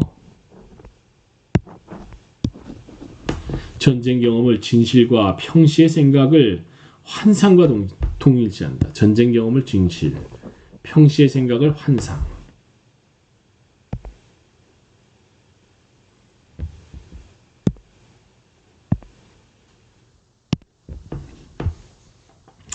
이 책은 전쟁에 대한 이런 계시적 시각이 서양의 전쟁 문화에서 발생한 미중유의 혁명을 대변한다고 주장한다. 수천 년 동안 서양의 전쟁 경험담은 육체에 대한 정신의 실질적인 경험에 대한 고귀한 이상의 온전하고 확고부동한 우위를 강조했다. 성경과 일리아드 이후 순교자와 영웅들은 고통받고 죽임을 당하며 마지막 고난의 순간에도 전쟁 전의 이상을 확신했다. 고대 이래 전쟁 경험담의 모범은 티투스 리비우스가 남긴 가이우스 무키우스 스카이볼라에 관한 이야기다. 에트루리아의 왕 포르세나가 우세한 병력으로 로마를 포위하자 스카볼라가 포르세나를 암살하기 위해 에트루리아 진지로 잠입했다. 하지만 그는 체포되어 공범자들을 폭로하지 않으면 죽을 때까지 고문을 받을 것이라고 협박을 당했다. 리비우스의 기록에 따르면 스카이볼라는 포르세나에게 이렇게 대답했다. 위대한 영광을 가슴에 품은 사람에게 육체가 얼마나 하찮은 것인지 이것을 보고 깨달으시오. 그리고 그는 제물을 바치려고 피워놓은 불에 곧장 제 오른손을 들이밀었다. 그는 정신이 고통을 전혀 감지하지 못하는 오른손을 물태웠고 그 놀라운 광경에 경악한 왕은 자리에서 벌떡 일어나 그 젊은이를 제단에서 끌어내라고 명령했다. 리비우스는 로바인의 용기에 놀라고 깊은 인상을 받은 포르세나가 스카이볼라를 무사히 돌려보냈을 뿐만 아니라 로마와도 화해했다고 전한다.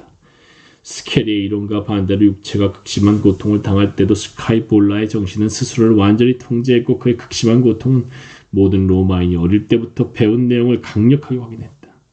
조국을 위해 죽는 것은 아름답고 명예롭다. 스카이볼라는 재단에서 자신에 관한 것이든 세상에 관한 것이든 그 어떤 새로운 지식도 얻지 못한 것이다. 이 책의 목표는 전쟁에 대한 계시적 해석의 근원을 추적하는 것이다. 언제부터 우리는 스카이볼라 같은 사람들이 재단에서 무언가 새로운 것을 찾아내길 기대했는가? 스카이볼라 같은 사람들 중 일부는 과연 언제부터 불 속에 손을 디밀며 조국의 목숨을 바치는 것이 무의미함을 깨달았다고 말했을까?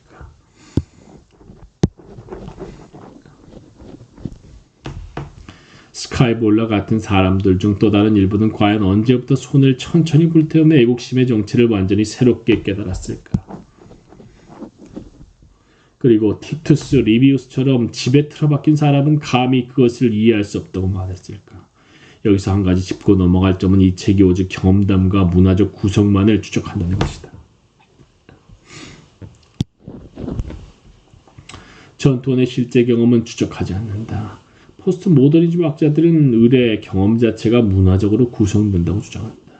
이미지가 현실에 선행하며 현실을 형성한다는 것이다. 무엇보다 먼저 경험의 의미를 구성하고 부여하지 않으면 아무것도 경험할 수 없으며 이는 선험적 서사와 문화적 모형에 도움이 있어야만 가능하다고 주장한다. 이 책은 이런 논리에서 큰 도움을 받지만 비판적 거리를 유지하려고 노력한다. 비판적 거리가 필요한 이유는 몸으로 목격한다는 전투원들의 생각이 포스트 모더니즘의 문화적 구상 개념과 정확히 반대되는 개념이기 때문이다. 전투원들은 전쟁 경험이 이미 존재하는 문화적 구성으로부터 완전히 독립되어 있다고 주장한다. 길들여진 평시의 경험은 문화적으로 구성되지만 길들여지지 않은 전쟁 경험은 그렇지 않다고 주장한다. 전쟁 경험은 정확히 모든 문화적 구성을 파괴함으로써 진실을 드러낸다는 거야. 신비주의자들은 자신의 천사 환영과 성스러운 계시가 문화적으로 구성된다는 생각을 달가워하지 않을 것이다. 포스트 모더니즘 학자가 신비주의자의 성모 마리아 환영은 과거에 본 그림에서 영향을 받았다고 지적한다면 신비주의자들은 그것이 사실이라 해도 문제가 되는 그 그림이 전에 진짜 환영을 보고 그린 것이 틀림없다고 반박할 것이다. 마찬가지로 전투원들은 자신의 전쟁 경험이 문화적으로 구성된 것이라는 생각을 반기지 않을 것이다. 어떤 학자가 그들의 부상이나 전후의 사망 경험은 할리우드 전쟁 영화에서 영향을 받았다고 지적한다면 전투원들은 그것이 사실이라 해도 문제가 되는 그 전쟁 영화가 실제 전쟁 경험을 모델 삼아 만든 것이 분명하다고 반박할 것이다. 나는 중립적인 회의론자의 입장을 취할 것이다. 나는 한편으로는 문화적 기대가 인간의 경험을 형성하는 데 미치는 영향이 생각보다 훨씬 더 광범위하다고 생각한다.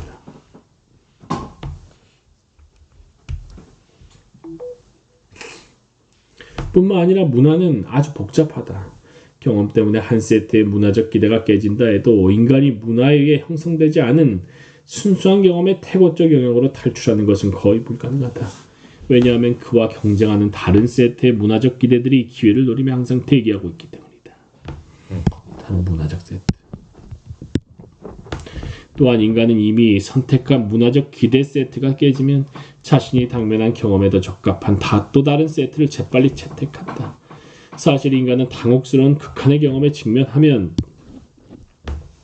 바로 그 순간 자신의 문화적 암호에 훨씬 더 완강히 집착하는 경향이 있다. 폭풍에 휩쓸린 선원이 죽기 살기로 나침반에 매달리는 것과 같다. 다른 한편으로 나는 지금까지 전해지는 17세기 전쟁 환멸 경험담이 하나도 없다고 해서 17세기 전투원들은 환멸을 경험하지 않았다고 단정하는 것은 섣부른 주장이라고 생각한다.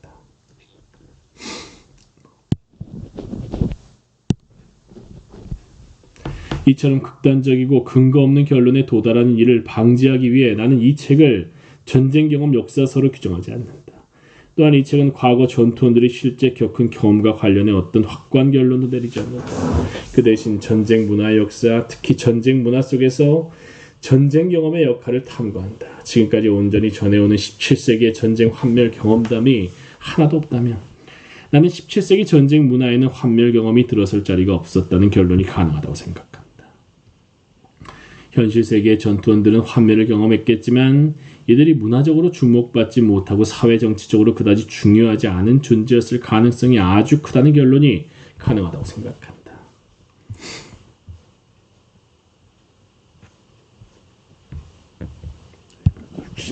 (60조)